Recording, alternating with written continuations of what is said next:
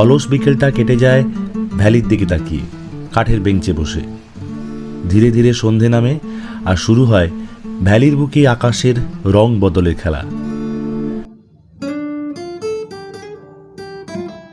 সত্যিকারে ভাবা যায় নাগাল্যান্ডের জঙ্গলে এসে জুকু ভ্যালির পাশে এসে জল ভরছি।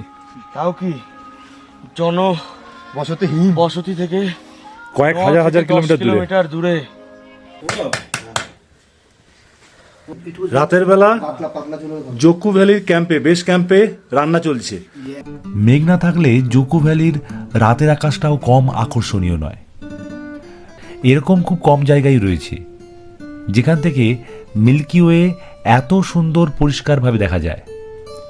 সেটা এই ভ্যালির জনবসতি থেকে অনেকটা দূরে দূষণমুক্ত পরিষ্কার আকাশের জন্য। অবশ্য এই দুর্লভ দৃশ্যটাই বা কম পাও না নাকি।